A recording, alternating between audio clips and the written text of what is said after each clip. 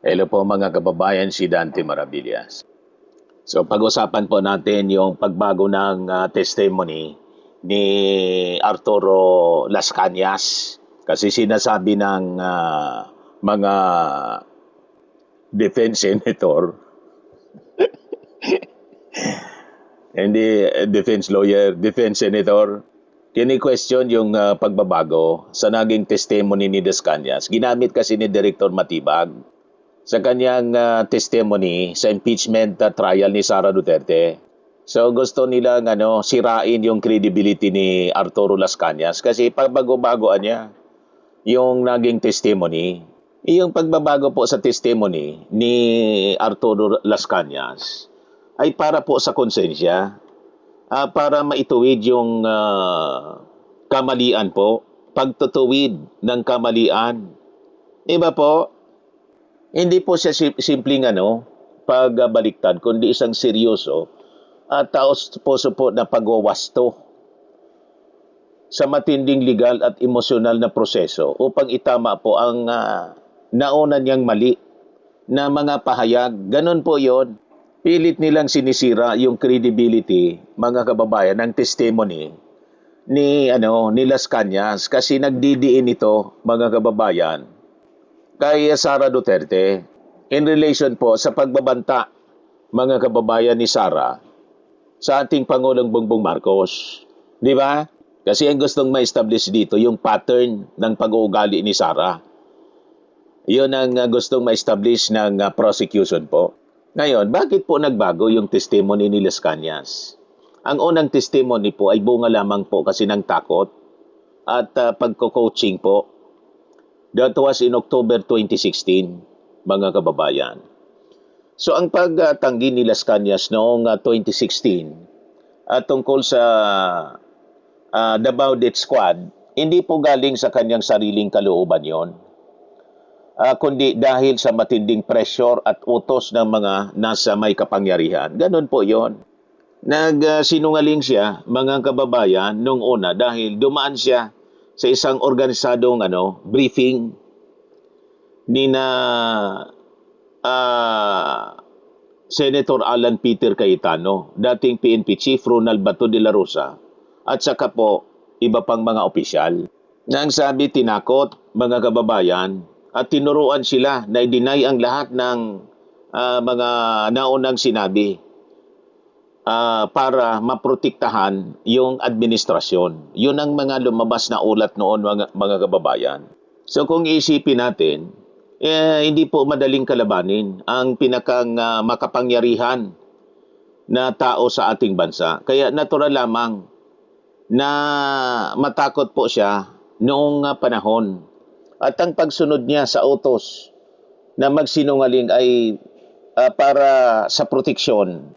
Para po yun sa proteksyon ng kanyang buhay, ng kanyang pamilya, at sa mga taong pinagkakautangan niya ng utang na loob. So mga kababayan, ang tapang na harapin ang konsensya at itama ang mali ay tama lang po na naging desisyon, mga kababayan, ni Arturo Las Cañas.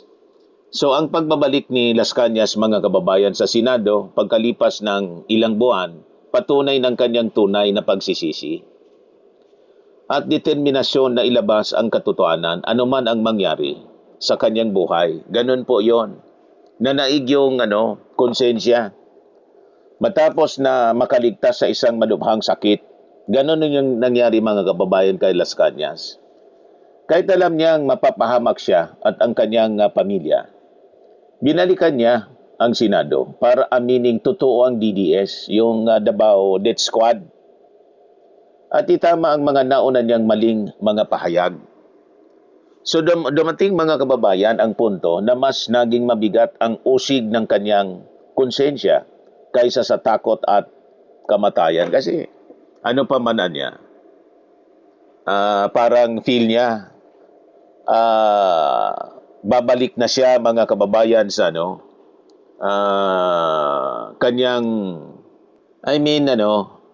malapit na siyang mamaalam dito sa ating mundo. So wala nang rason para magsinungaling siya Iba ganon ang ah, madalas mga kababayan na nangyayari. Nagkasakit siya eh. So dumating ang punto na mas na naging mabigat yung usig ng kanyang konsensya kaysa sa takot para sa kamatayan. Nang magkasakit siya ng malubha, napagtanto niya mga kababayan, hindi niya kayang dalhin ang mga madidilim na sikretong ito sa hukay. Kaya pinili niyang itaya na lang lahat para sa katotohanan. That's the usual mga kababayan na nangyayari. So yung kanyang affidavit mga kababayan ay isang matibay at detalyadong pag-amin. Ang kanyang isinumiting affidavit ay hindi po sa imbento. Ito ay isang seryoso at detalyadong testimonya sa ilalim ng panunumpa na naglalantad sa mga operasyon at sa mga taong nagtangkang mag-cover up nito, mga kababayan. So seryoso ang kanyang pag-amin dahil nakasulat ito sa isang opisyal na sinumpaang salaysay.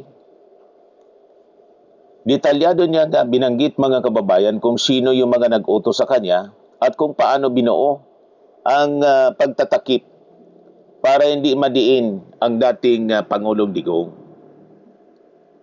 So ito ay kwento ng isang taong naipit sa pagitan mga kababayan ng matinding takot at ng katotohanan. Ang bawat pahayag sa kanyang affidavit ay patunay na siya ay tuluyan ng humulagpos sa mga nagdaang pagbabanta upang linisin ang kanyang konsensya. So, nandiyan na yung kanyang paninindigan para sa hustisya hanggang sa pandaigdigang korte doon sa ICC. So ang pagpunta at pakikipagtulungan mga kababayan ni Las Cañas sa International Criminal Court doon sa ICC ay malakas na patunay na may hawak siyang katotohanan at handa siyang panagutin ng mga may sala sa harap po ng hustisya. So kung gawa-gawa lang ang kwento niya, hindi niya ito dadalhin po sa International Criminal Court. So ang paglapit niya sa ibang bansa para magtestigo ay patunay na totoo ang mga krimen na ibinunyag niya mga kababayan. Di ba po? May heartfelt connection, ika nga. Ang pagtakbo niya sa ICC. Hindi po ito, mga kababayan, gawa ng isang taong naghahanap lang ng kakampi. Ganun po. Ito ay gawa ng isang taong pagod na sa pagtatago sa dilim at handa nang harapin ang anumang consequences nito. Makuha lamang ang tunay na hustisya mga kababayan.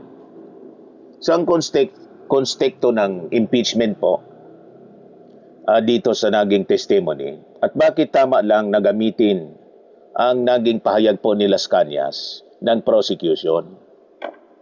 So sa nagaganap mo na impeachment trial laban kay Sara, ang pag-ungkat po sa 186 pages na affidavit po ni Arturo Las Cañas ay naging isang crucial na bahagi ng strategy ng prosecution. So bakit ginagamit ang impeachment bilang legal na mekanismo? Ang impeachment po ay ang pinakang mataas na konstitusyonal na paraan upang panagutin ang mga matataas na opisyal ng gobyerno. So ginagamit ito sa kaso ng Vice Presidente upang suriin ang mga reklamo ukol sa mali na paggamit, misuse ng confidential funds. Yung hindi maipaliwanag na yaman at lalo na po sa Article 4, yung unang diniscuss po ukol sa grave threat o yung kill plot laban sa ating Pangulong Bongbong kay Lisa Marcos at saka kay Martin Romualdez. So ang impeachment ang tanging paraan para litisin po ang isang Vice Presidente habang nakaupo ito sa pwesto. So ginagawa ito para patunayan kung karapat-dapat pa ba na siyang manatili mga kababayan sa pamumuno matapos ang kanyang naging pagbabanta at iba pang mga kontrobersing kanyang kinasangkutan. So bakit tama at valid na gamitin ang pahayag ni Las Cañas, mga kababayan, sa impeachment trial ni Sara, lalo yung Article 4? Ngayon, yung punto dito yung establishment, gustong establish ng prosecution yung pattern ng violence ng Vice Presidente, yung pag-uugali niya. So ang pahayag ni Las Cañas ay ginagamit sa testimony ni NBI o ginamit sa testimony ni NBI Director Melvin Matibag para po patunayan yung pattern of violence o ang nakasanayang gawi ng karahasan na nag-uugnay sa kasaysayan po ng Vice Presidente nung siya po ay mayor pa ng Davao. Di ba nanakit nga siya po, mga kababayan?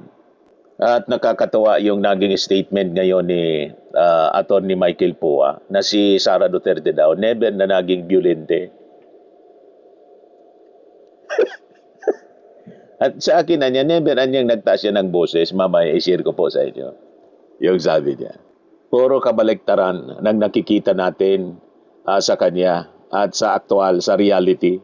So tama lang po na gamitin yung naging testimony ni Las Cañas para ma-establish yung pattern of behavior ni Sara Duterte. So ang affidavit ni Las Cañas ang nagbibigay ng konteksto, mga kababayan, ng mga banta ng karahasan ay may pinagmulang malalim na kasaysayan po sa Davao.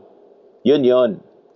So bagamat pilit itong kini-question ng defense dahil sa issue ng notarization, pinayagan po ng impeachment court sa pamumuno po ni Senate President Win Gatchalian and siyempre yung presiding officer ngayon, si Chis Escudero, na manitili ito sa opisyal na record ng bansa. So karapat dapat lang ito, mga kababayan, na tanggapin dahil ito ay nagsisilbing malagang batayan na naging gabay ng National Bureau of Investigation sa pagtatasa ng banta sa seguridad, mga kababayan, ng bansa.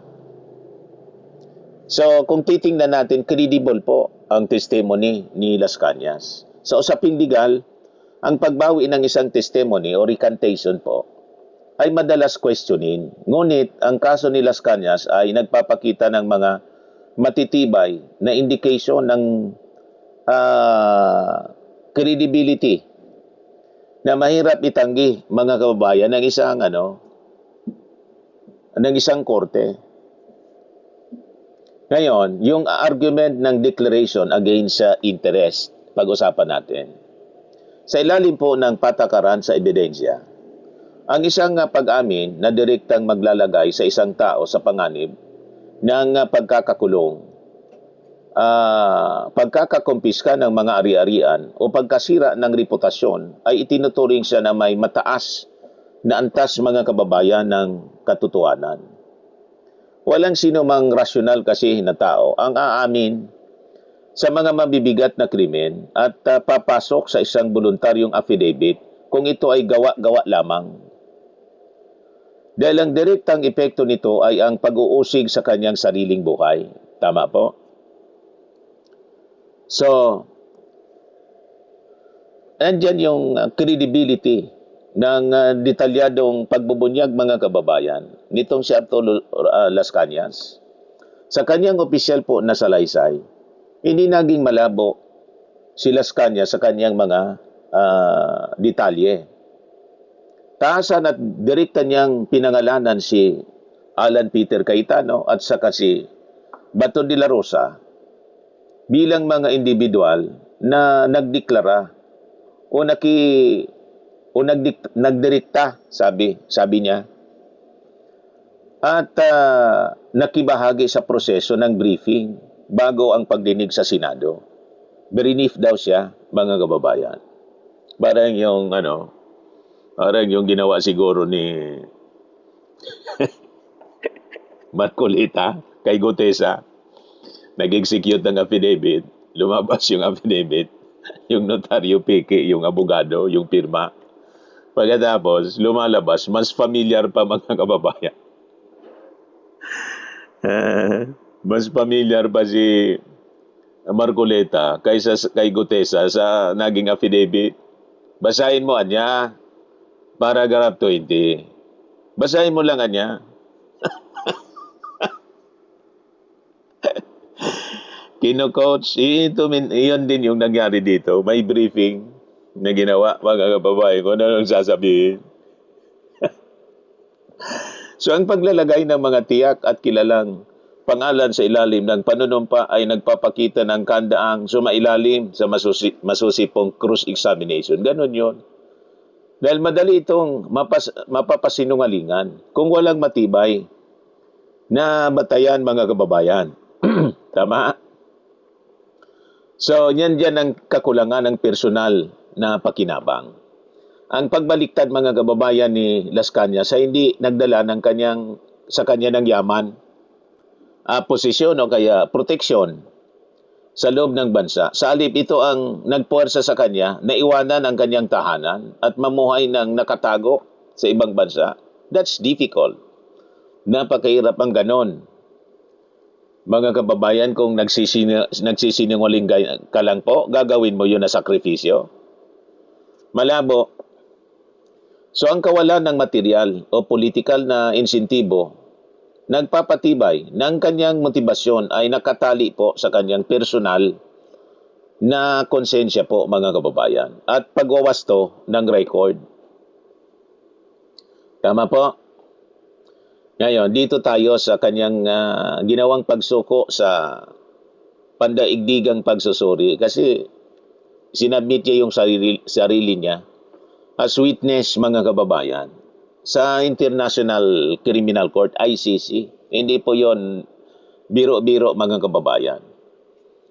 So ang pagpapasailalim ng kanyang buong affidavit at sarili sa investigasyon ng mga internasyonal na pag-usig, nagpapakita po ng kandaang suriin ng kanyang credibility sa pinakang mataas na antas na legal na proseso. Yun. So ang mga huwad na testigo ay umiiwas po sa mga independenteng tribunal na may maigpit na paraan ng pagpapatunay. Tama po? Ngunit ang bukas na pakikipagtulungan ni Las Cañas, nagpapatunay po ito ng kumpiyansa sa katotohanan at sa kanyang hawak na salaysay. Tama po? Ito, ipakita ko yung sinasabi ni Michael Poa, defense lawyer, spokesperson ni Sara Duterte. Sabi ni Attorney Michael Poa, nasabi nga noong minsan, nabato ako ng laptop. That's not true. Totally not true. Hindi ako nabato ng laptop or anything. I've never seen her done that. She never been violent. She never even raised her voice at me. And to be honest, I've never seen any outburst or outrage. If they are saying that because of that press conference, they consider that as an outburst, then that's why we need to show content on why that happened. Sabi niya po, it's not her character kasi. That's something we need to successfully show in the public. Anyway, we have to show na what she is being portrayed is actually not what she is. Ganyan katindi kung magsinungaling, mga kababayan, ang kampo ni Sara, yung abogado ni Sara Duterte. Never daw na naging violente si Sara. Bugbugin ni Sara yung sheriff. Ano yon? Hindi yon violence. O, di ba? Mga kababayan, yung nanglisik yung kanyang mga mata at pinagmumura yung ating Pangulo, ano yon? Hindi yon pagtataas ng buses. Baka niya, Mr. Maravillas, hindi man yon na pinanood ni Michael Poa, kaya nasasabi niya yon. Malamang. Pero plinido sa impeachment trial, kitang-kita ng milyon-milyon. So yan po ang talent ng mga DDS, mga abogado kasama na doon tulad ni Michael Poa. Ang harap-harapan na magsinungaling. Talent nila yon. No amount of evidence, recorded pa yan kung ano, basta sa kanila, wala silang nakita, walang narinig. Ganon katindi ang mga tao ni Sara Duterte. So anyway, so kahit ano po na pilit na pagtatakip at coaching ng mga tulad ni Cayetano at saka ni Bato de la Rosa upang i-deny ang lahat, ang bigat ng opisyal na affidavit po ni Las Cañas at ang kanyang pagharap sa pandaigdigang ustisya sa ICC po, mga kababayan. Ang natatangi, mga kababayan, na katotohanan, ang natatangi na patunay na ang katotohanan ay hindi po permanenteng maibabaon sa takot. Tama po. Kaya abangan na lang natin ang mga susunod pa na mga pasabog ng prosecution po na patuloy na ninalampaso po yung defense. Kaya nakita naman po ninyo, pati yung mga senator judges na kaalyado ni Sara ay tuluyan na sumama sa defense ni Sara. Tama po? Garapalan po ang ginagawa nila, pinapakita nila. Wala nang tago-tago. Lahat ng manifestation po, puro pabor kay Sara. At nakita ninyo si Robin na pinapangaralan yung mga prosecutors. Sinasabi niya, dapat hindi kayo one-sided. At ngayon naman sinabi ni Robin na ang hustisya dapat neutral. Saan ka nakakita ng hustisya neutral, mga kababayan? Walang neutral na hustisya. Ang hustisya laging bias sa katotohanan at bias sa ebidensya. Pag may bigat ang ebidensya, convicted ang akusado, ang respondent. Pag may na ang ebidensya, acquitted. So, ganon. May kinikilingan palagi. At ang kinikilingan niya yung tama. Parang yung slogan ng isang telebisyon. Panig sa katotohanan, panig sa bayan. Ganon dapat ang hustisya. Panig sa batas, madaling sabi. Ang hustisya dapat panig sa batas. So may pinapanigan siya, yung batas. Sa mga naghanap ng malinis and spacious fitness gym, pumunta lang po kayo sa aming Colossal Fitness Gym. We also offer Grab Car Rental with our brand new 2023 model ng Toyota Innova. We also accept booking for those who are planning to travel via PAL, Cebu Pacific, and other airline companies, local and international, and bills payment for Meralco Bills, PLDT, Aleco Bills, etc. Ang Colossal Fitness Gym is located at 3rd floor Security Bank Building, Lanco Business Park, Legazpi City, Albay.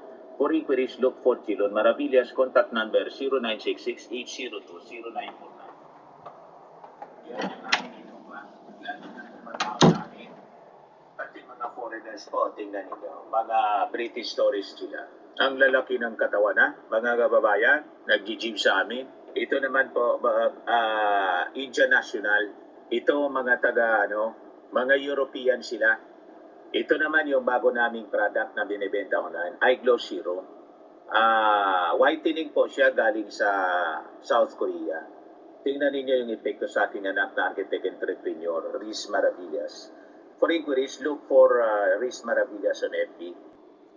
Ito naman po, Firmax Firming and Lifting Cream, pinapahid po sa mga pulses and other affected area. Mainam po ito sa mga pains at paninigas ng mga kasukasuan. Ito po, Automax Radiant Serum. Sa mukha naman yung application. Anti-aging po siya. You will look 10 years younger than your age. Ito naman yung bago naming product na binibenta online.